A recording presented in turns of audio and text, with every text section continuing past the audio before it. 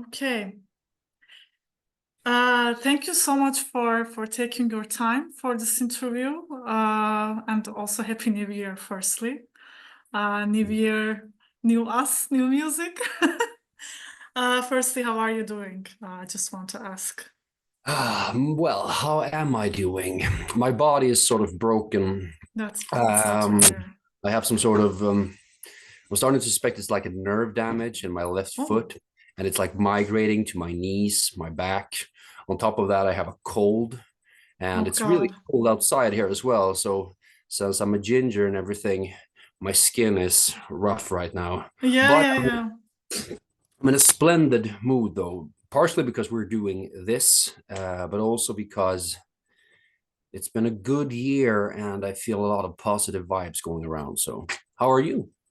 I'm doing fine as well. So, yeah, I mean, journalist-wise, a lot of good things are happening, music-wise as well. Last year, this coming year. I mean, we will also talk about your projects and your songs. I'm very excited to hear what you will tell us. But yeah, so far so good actually.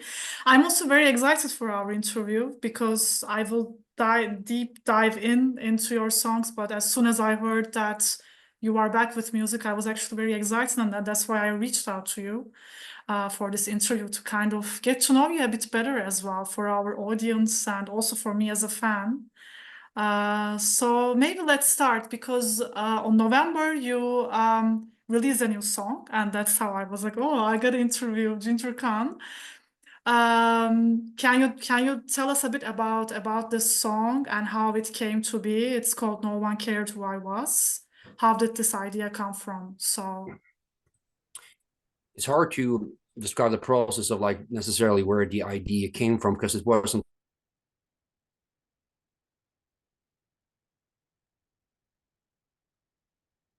you froze? like Oh a yeah. single Mm-hmm. clear cut Mm-hmm. moment of like, okay, this is what. Mm-hmm. I don't want to sound like a really boring pretentious artist here, but that song sort of I believe it sort of speaks for itself. It was Mm-hmm. like an amalgamation of a feeling I had had the years going up to that uh, no one no one cared who I was up Mm-hmm. until a certain point, which is weird because like I would say that very few people, at least if you compare it to like the great mass of people who all of a sudden knew that I existed, still didn't care who I was. Mm-hmm. They cared Mm-hmm. more about their idea of who I was. Mm-hmm. Mm-hmm. So, and I'm not necessarily with that song stating that I'm someone they should care Mm-hmm. about or what my identity is. But if they're interested, I'm willing to tell them. Mm-hmm. It was the first song I wrote for all of these songs and singles for Ginger Khan that I've written. The very first session, we wrote the first two singles, and I just felt right away like the melody. I wrote it as I was singing it, lyrics and melody just came out. I don't think that has ever happened in such a fluent way before in my life. So I knew it was the truth. Mm-hmm. When did you write this song? Or you mentioned that you wrote the two songs. I assume the other one is the one which is the upcoming single. Oh When yeah, did you write these songs? when? When? Yeah, yeah. Roughly a year ago, A year ago. Okay. a, So a little bit more. I mean, the process has been, I would say, a year and a half. mm, If you look at how long I've been working on Ginger Khan, it's hard.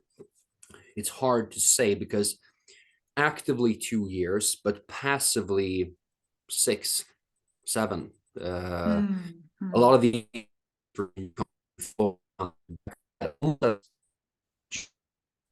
I mean, I've been joking around a lot over the years, like, oh well, if I were to go solo, I would, I don't know, do it like this, and then I would have some exaggerated name, and it would be a joke.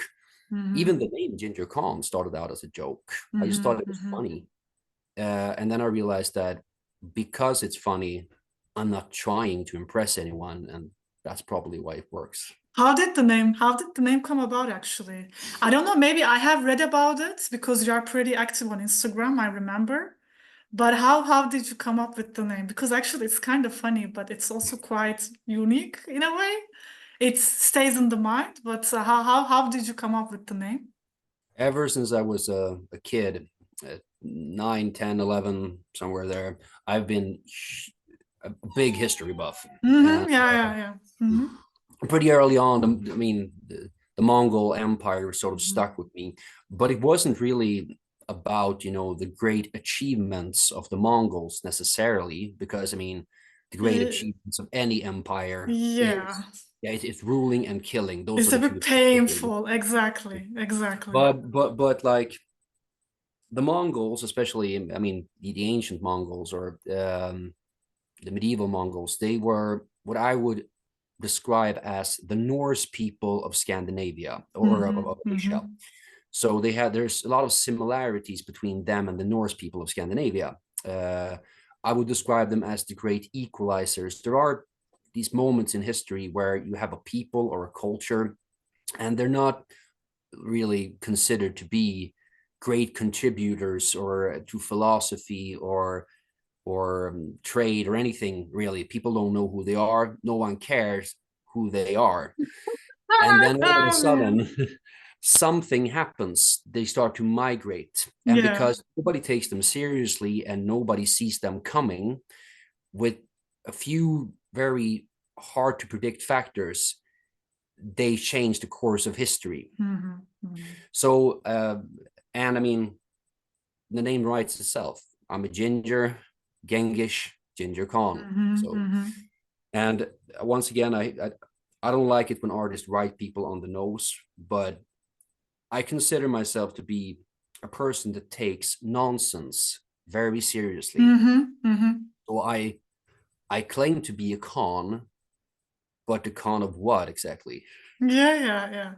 I Of remember your Instagram posts. They were also like when you were talking about music artists, or it was very, sometimes even very, in a sarcastic way, the way you were talking about artists. So it's kind of also like, I think part of your character a bit, which I always found very entertaining, actually. So I have to admit.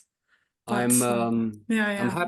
happy you found it entertaining. I won't take that away from you. I don't regret doing anything or being anything. Of course. However, in recent years, and I think that's going to become more and more apparent the more music I release, I think I've started to realize that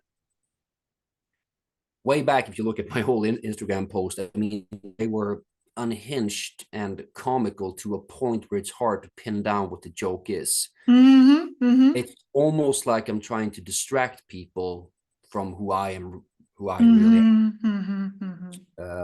I have an upcoming song about it. Okay. Won't see the light of day for probably another year, but I think I've used comedy as a way to distract people from asking the real questions about me, what I'm into, and my history and everything. And it's funny for a while, but sooner or later the joke gets old, Yeah, yeah, yeah, that's true. That's true. Yeah, yeah, you're right about that. One thing I always admired about you was actually your vocal abilities. We will come to that in a bit. I mean, I discovered you with Priest, and like that was very distinct with me. And I read that you're actually trained vocally, classically trained, if I'm not mistaken. But can you also talk about that a bit? So how has like your vocal range improved over the years? How did you start? Because I mean, some musicians start with the guitar, piano, whatever, and then they kind of shift. How is it with you? Because for me, you are a very talented artist in general, especially still even with the new song, it's also more prominent. Can you talk a bit about your vocal style? Absolutely. So I started singing. It sounds like a cliche, but I really started singing before I could talk in my crib. Um, and I sang throughout my entire childhood. I had no goal by doing it. I didn't want to become a singer. It didn't mean anything to me. It was just something that I had to do, like breathing. I just kept on doing it. I don't know why. Then, you came, my teenage years started and all my friends had metal bands and whatever. And I wasn't super into it like right away, because like I could never really pin myself down within a certain style. But if I wanted to hang out with them, if I wanted to fit, then I had to speak their language, so to say. So I started listening to their influences. I got into it, and I started doing metal stuff.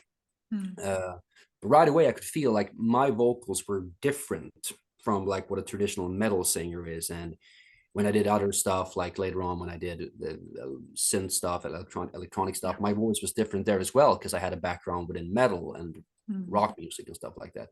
So even back in my early teens, I started realizing that if I'm gonna do this, I'm gonna do it my way, and I need to differentiate myself from everyone else. So I decided I was gonna do what I considered at the time to be, from a technical standpoint, the hardest thing you could do with your vocals, which was to sing opera. And so for my later high school years here in Sweden, you can, I'm assuming it's the same for most of the developed Western world, you can apply for different paths within your later high school years, depending on what you want to do. And I went to like a sort of semi-music school. And my focus there was to learn as much as possible, but especially to ready myself for the opera world. So I started developing a classical voice that even when I was 16, 17, 18, I used within everything else that I did. After that, I moved to Stockholm. I applied for a few music schools here, classic music school, opera schools, basically. And I got into one of them, studied there for a few years, but it was mostly the private tutoring, you know, when you're working with like a real vocal coach, someone from the classical music world.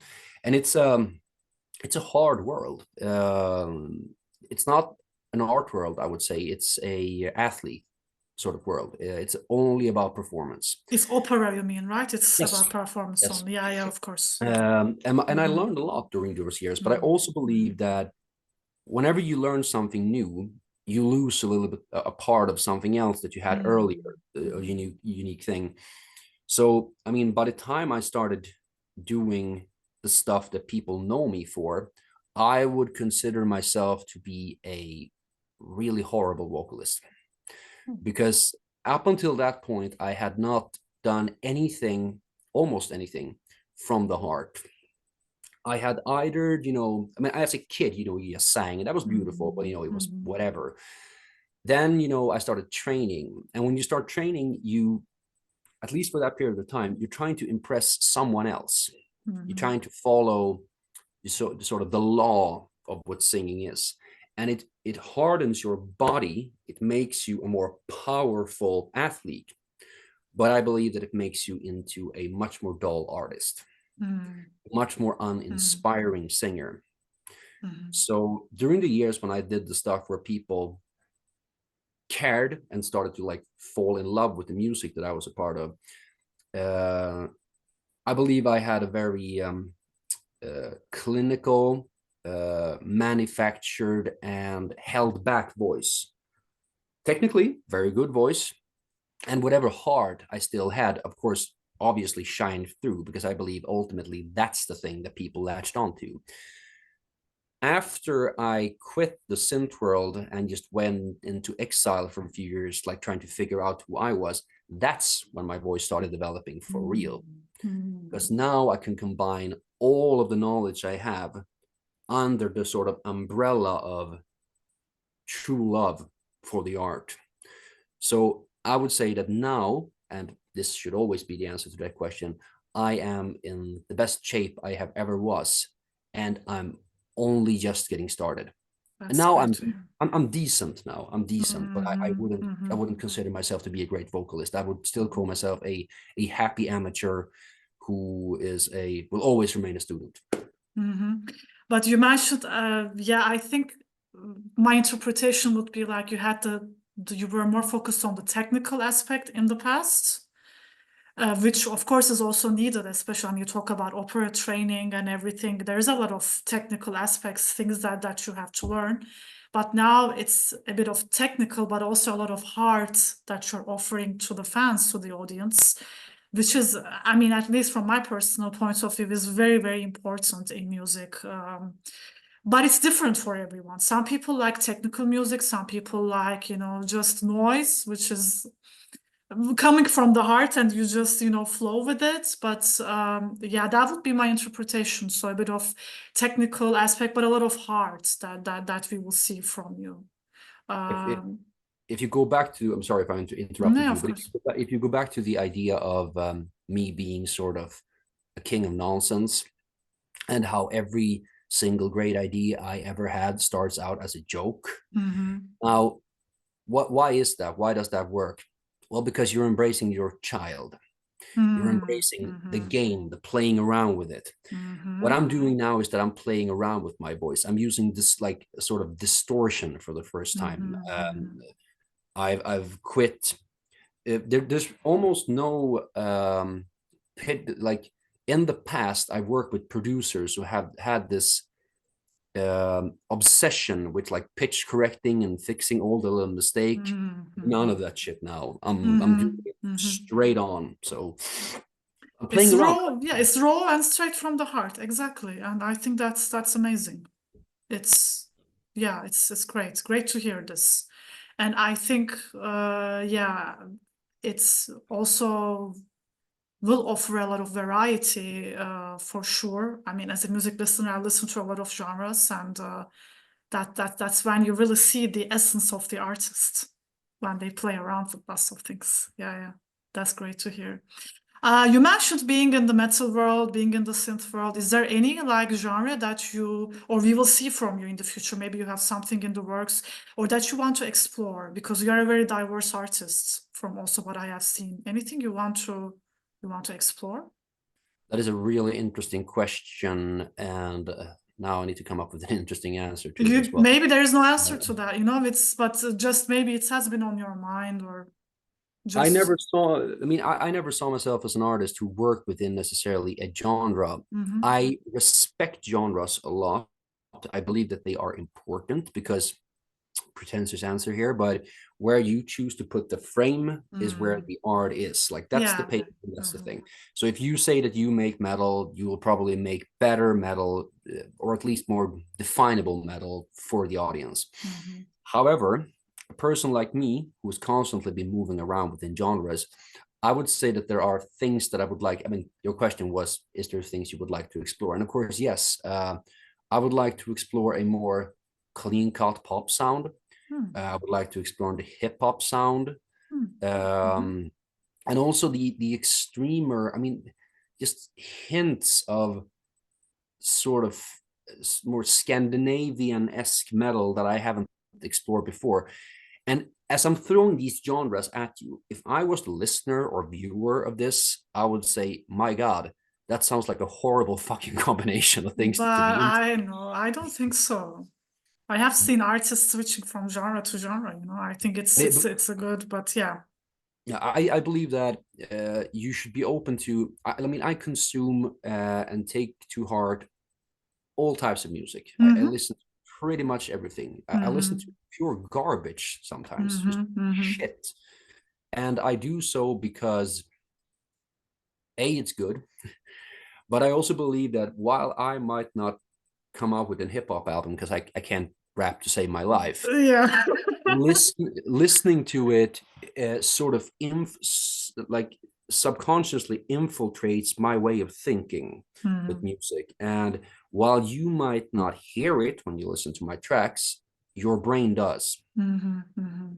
I've listened to lots of hip hop the last few years. One of my favorite band is the Norwegian black and roll band Kveller Tak, Oh which I yeah, do not. I know Yeah, about them. Yes, they're pretty good. I don't sound like them at all, but still. Mm-hmm. Another favorite or band of mine is Rammstein, Mm-hmm. probably top three. And Mm-hmm. lately, I've been listening to Robbie Williams a lot. Oh, And oh. I mean a lot, a lot. Like I'm Mm-hmm. Mm-hmm. plowing through his albums, but I Mm-hmm. don't sound Mm-hmm. like any of them. I just like it. Mm-hmm. Mm-hmm. Yeah, great answer. I mean, and again, I think this being diverse also comes with this that you're into diverse styles, and I think there's nothing wrong with that. Personally, as a listener, I mean, I'm not an artist myself, but I also listen to many different genres. So I completely relate to it and I get that. So it's for me, it's not a horrible combination, but I know what you mean. So if you would tell a very, very hardcore metalhead about hip hop, they would be like, oh no, but yeah, for me, it's there is no problem. But it's interesting to hear. Let's see what you will come up with. Um, I want to hear about your. I mean, I already asked about like how did ideas form for your latest song, but in general, how do you get inspired when you collaborate with artists or when you compose songs? Where do the ideas come from? For me, it's very. I always ask this question, and it's always the answers are always very different. So, Yeah. for you as an artist, what are your inspirations? Where do you get inspired from? Usually the person that I'm working with and their passion for childishness tends to be Hmm. my main inspiration. I believe that a lot of people want to write songs about stuff they consider to be cool. Hmm. This is just my opinion, but I think that cool is very uncool. Cool ages horribly. There's Hmm. nothing, the only thing that ages more horribly than cool is perhaps comedy in a sense, but I think cool ages even worse. So what inspires me are the sort of willingness to play within the other person that I'm working with. And I am blessed to be working with some amazingly talented, fantastic people. Hmm. Hmm. Secondly, I'm inspired by the things in life that costs me something or that makes me feel like I'm growing stronger. And those things are usually the same thing. Like when, I mean, I've said this in other interviews as well, and I think I'm going to be saying it till the day I die. But I have spent the last few years stopping and sitting down and thinking, God, I can be kind of an asshole sometimes. Like there's been a lot of pain in my life. There's been a lot of pain in everyone's life. Hmm. Hmm. And at a certain point, especially when you start to grow older, you need to ask yourself, why do I keep getting into these situations? Hmm. This Hmm. is nobody else's fault but mine. Hmm. So what inspires me is to overcome that hurdle and my new philosophy, which is do it scared. Hmm. If it's scary to you, then it's probably going to be relevant for you to talk about. People don't necessarily have to like listening to you talking about it, but I at least feel inspired talking about it. Hmm. Hmm. Um, that and you know just general strangeness, because I mean I have a side pet project in my closet called Odöd as well, Yeah, yeah, and also and very we good project. mostly write about like strangeness, psychedelic Mm-hmm. concepts such as how death makes you immortal and stuff like that. It's more of a tool metal-esque sort of way of thinking, and as much as I love it, I find it less interesting than what I'm doing with Ginger Khan. But that doesn't Mm. mean it's not good. It's just another way of thinking, another philosophy. Mm-hmm. Mm-hmm. Promised myself that I wouldn't drink until my birthday next month, but since I'm doing this like with the Oh German, God. Prost. I only have water, so I haven't started drinking yet. But yeah, prost to you as well. Very interesting. So it's a bit of like playfulness that you get the inspiration from, but also pain, but also like different aspects of life. It's very interesting to hear, actually. And you don't actually do it to sound cool, or maybe let's put it this way for the audiences, but you actually do it from the heart again, like from yeah, maybe I mean that would be my interpretation again, but very interesting to hear. You talked about Odöd. Will we hear anything from that project as well, or will you focus mostly on Ginger Khan this year? You will definitely hear more from Odöd, but Odöd is weird. I'm doing it with what I would describe as at this point almost two childhood friends. Okay. We are sort of the remnants of what came out of another really weird, chaotic, not very good but very funny band that I had way back called Mongolian Cosmonaut. Um, and we are sort of the remnants of that, who we started doing this not because we wanted to, release music or have a career out of it, just because we felt like doing something. And it was me and another guy called Niklas Römer who founded that little duo. And we only did it for ourselves. And then we started realizing, well, we got something here. It's interesting. It's an ongoing conversation. We mostly did it because like we wanted to explore our friendship more. And then we were joined last year by another guy from Mongolian called Alexander Graham, who is an old songwriting buddy of mine. Probably he's up there among the most talented songwriters I have ever met. And talk about playfulness. I mean, that guy. And Nicholas has that ability as well, but it's something else. And we're working on a new EP right now. That's great. We got a few songs, and I'm hoping that it will see the light of day before any big bulk of Ginger Khan material comes out. Because once that happens, I think Odöd is going to have to be on the back burner for a while. And it's schizophrenic to do both things at once, yes, but it's a position that I can't get out of now, so I have to make it work. Why not? Yeah. Oh, very interesting. And when can we expect the CP? I would say somewhere between May and October, but don't take that. Yeah, of course, it can always change. I would say, I mean, when it's ready, but we have roughly 70% of all songs are done, but there's always going to be these hurry up and wait moments within that process because it's organic. Yeah, of course. Back to Ginger Khan. So you will have a new single towards the end of this month. Can you talk a bit about the single? I mean, I haven't listened to it yet, but I'm really curious. I'd love to. It's it's called Eat It All. And it's one of my favorites out of all the songs we've written, because I believe that when we wrote this song, that was a moment that we defined the Ginger Khan sound, at least from like an early in the first era, of which I hope there will be many, unless I just die all of a sudden. It's a very percussive, bass-driven song. I'm working with this amazing bass player called Inge Johansson. He is from the punk rock hardcore world.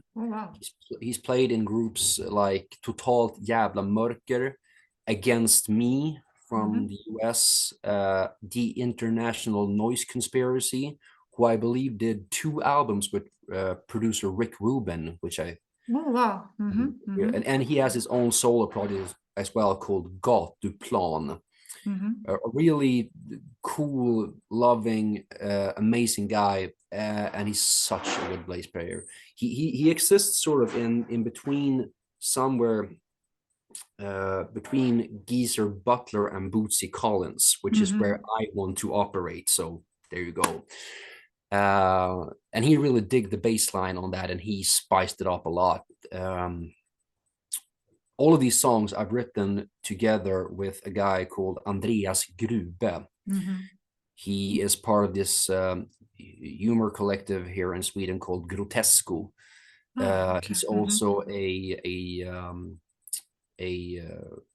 wine reviewer for our biggest real newspaper, and he's an author who writes these crime novels. Usually they take place within the wine world.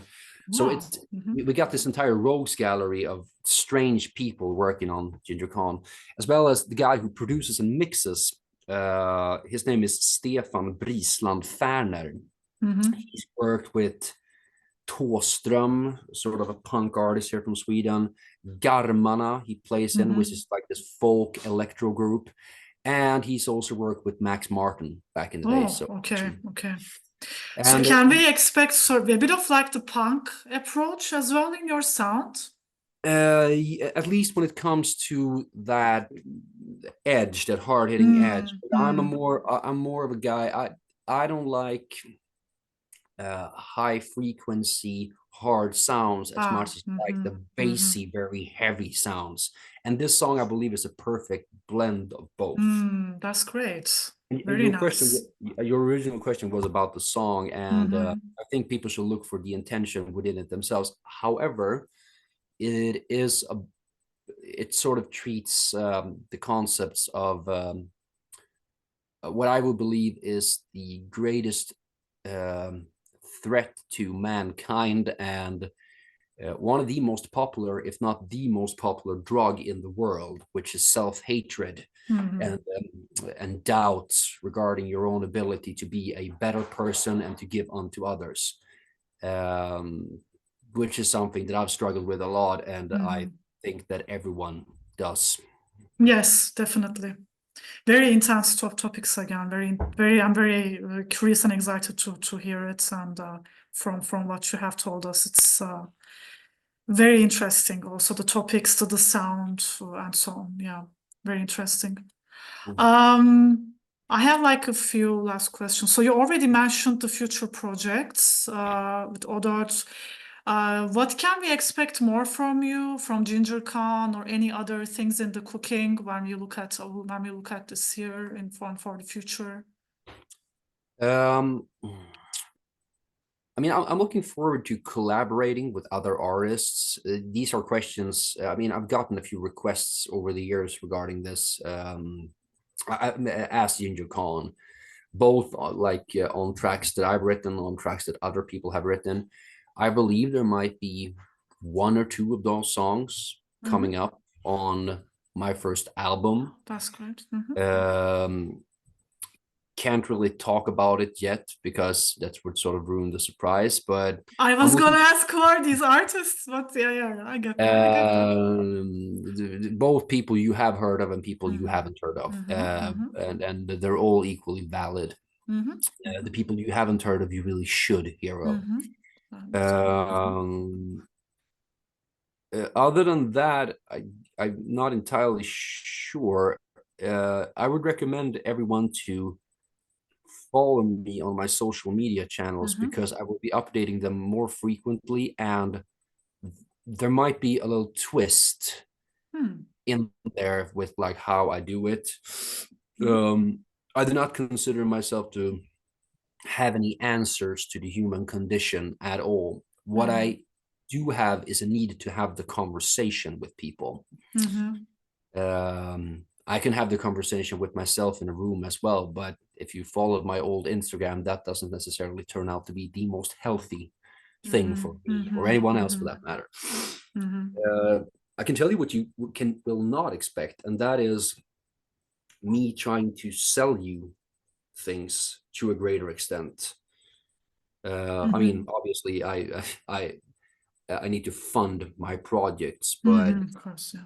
I'm gonna be doing this no matter if anyone's buying or not. So that's also why I reject the value of cool, because things that are cool are inherently sellable, in the sense that if you're marketing yourself or something as cool, then I believe that it's very clear that you're trying to shove that shit down the throat of your audience. Unfortunately, very few people seems to care. Yeah. It's a matter of what the audiences want. Some people just want to consume. Some people want to buy everything. I mean, I have seen different types of audiences. Some people are, for example, completely against streaming. Some people are for streaming and for vinyls, and they're different. It's just the human psychology, I think, and I think it's about like how people consume media a bit. So there are like very hardcore people. There are people very old fashioned. There's a mix of both, and it's like Yeah. But I get your point in a way. But it's very interesting and exciting updates that we will get from you, and I'm really looking forward to it. We will also link everything in the interview as well, so the listeners will also know where to follow you. Before we wrap up the interview, are there any last words that you want to share with the listeners and with the audience? Any wise words or any other weird words? Yeah, I mean, okay, look, there's gonna be, and you don't need to hear this from me, but I'm gonna say it anyways because she asked me. There's gonna be hard times in your life, lots of them. You're gonna view these hard times as things to be best avoided if possible. I would argue against that. I would argue that the obstacle that you have in front of you is the path. There is no other path but that obstacle. Things could never have been another way. Therefore, don't have any regrets. Instead, view the obstacle as a jumping off point to a better version of yourself. If you're feeling pain, anxiety, sadness, anger, remember these two things. One, you can and you will overcome it. And two, the best cure for it is to find another person and give onto that person of yourself. There is no other cure than that. Revel and cherish in life, because as far as we know, there's a very limited amount of it. Yeah, very good words, and I totally agree with it. Totally agree with everything you said. Coming from the heart. Thank you so much for the interview, and Thank you. we're all looking forward to your music. And have a nice weekend and Happy New Year again. You too. Take Thank care. you. Take care. Bye.